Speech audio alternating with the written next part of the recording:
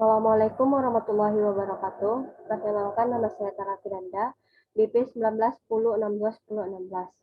Baiklah, di sini saya akan mempresentasikan hasil tugas saya mengenai review jurnal tentang pembibitan.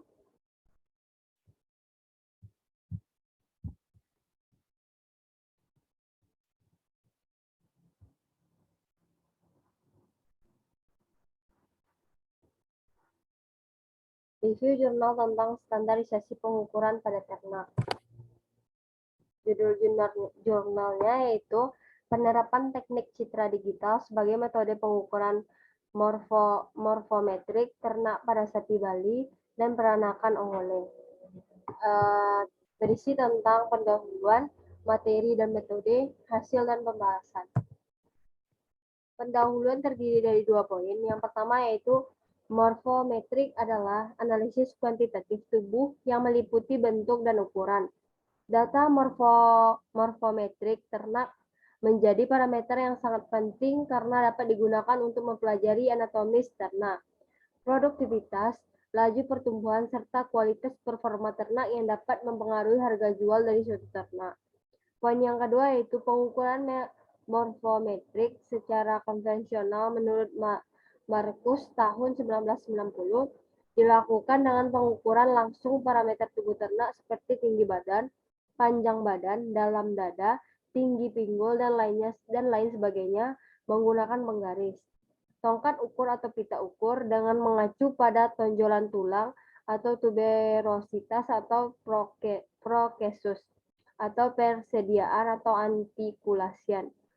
Menurut Bewley et al. Tahun 2008, menyatakan bahwa acuan tonjolan tulang juga dapat digunakan untuk menentukan nilai kondisi ternak. Metode yang tujuan dari penelitian ini adalah untuk mendapatkan metode pengukuran morfometrik ternak melalui pencitraan digital sehingga diperoleh teknik pengukuran ternak yang lebih aman, memperkecil resiko stres ternak, serta dapat memberikan data morfometrik yang lebih lengkap. Untuk materinya adalah ternak yang digunakan adalah sapi peranakan ongole dan sapi Bali dewasa berumur di atas 3 tahun. Sampel yang digunakan untuk masing-masing bangsa ternak sejumlah 20 ekor betina. Pengukuran manual ternak dilakukan menggunakan tongkat ukur dan pita ukur. Untuk metodenya adalah penelitian dilaksanakan dalam 2 tahap, yaitu tahap pengujian dan tahap aplikasi. Tahap pengujian dilakukan untuk menguji tingkat akurasi metode pengukuran morfometrik dengan menggunakan citra digital dibandingkan pengukuran manual. Tahap aplikasi dilakukan dengan membandingkan morfometrik ternak sapi peternakan ongole dengan sapi Bali. Untuk prosedur penelitiannya, yaitu pelaksanaan tahap pengujian dilakukan dengan membandingkan antara metode pengukuran manual dengan metode pengukuran digital. Tahap ini dilakukan dengan mengukur sebanyak 20 ekor sapi peranakan ongole dan pengukuran manual dan dibandingkan dengan pengukuran menggunakan citra digital. Tahap aplikasi dilakukan dengan membandingkan morfometrik ternak sapi peranakan ongole atau PO dengan sapi Bali. Perbandingan ini dilakukan dengan citra digital untuk mengamati semua parameter linear atau anatomis tubuh ternak. Parameter linear merupakan batasan pada tulang maupun kelompok tulang utama yang dapat diamati secara visual dan merupakan batasan pertumbuhan kerangka ketika ternak dewasa menurut Calder tahun 1984. Untuk hasil pembahasannya, ada beberapa poin. Yang pertama yaitu tahap pengujian. Hasil pengujian perbandingan antara metode pengukuran morfometrik secara manual dan dengan metode pengelolaan citra digital menunjukkan bahwa ada pengukuran morfometrik tubuh antara metode manual maupun analisis citra digital tidak menunjukkan perbedaan yang nyata. Namun, pada penggunaan kamera DSLR memiliki tingkat keragaman data yang lebih rendah dilihat dari simpangan baku dari pengukuran dibandingkan dengan pengukuran manual. Poin yang kedua yaitu tahap aplikasi.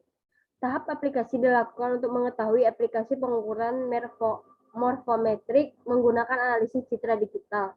Pada tahap aplikasi akan diamati performa morfometrik ternak lebih detail, mulai performa umum, alat gerak depan, alat gerak belakang, hingga sumbu tubuh. Kesimpulan dari jurnal ini adalah penggunaan analisis citra digital dalam metode pengukuran morfometrik ternak dapat digunakan dengan penelitian ilmiah dengan akurasi data yang cukup baik, serta dapat memberikan data yang lebih lengkap dan rinci mengenai performa ternak. Hasil pengujian menunjukkan bahwa sapi Bali memiliki potensi deposit perdagingan yang bagus pada area sumbu tubuh, sedangkan sapi PO memiliki potensi deposit perdagingan yang bagus pada area alat gerak. Mungkin sekian hasil dari tugas saya. Apabila ada kesalahan, saya mohon maaf. Saya akhiri. Wassalamualaikum warahmatullahi wabarakatuh.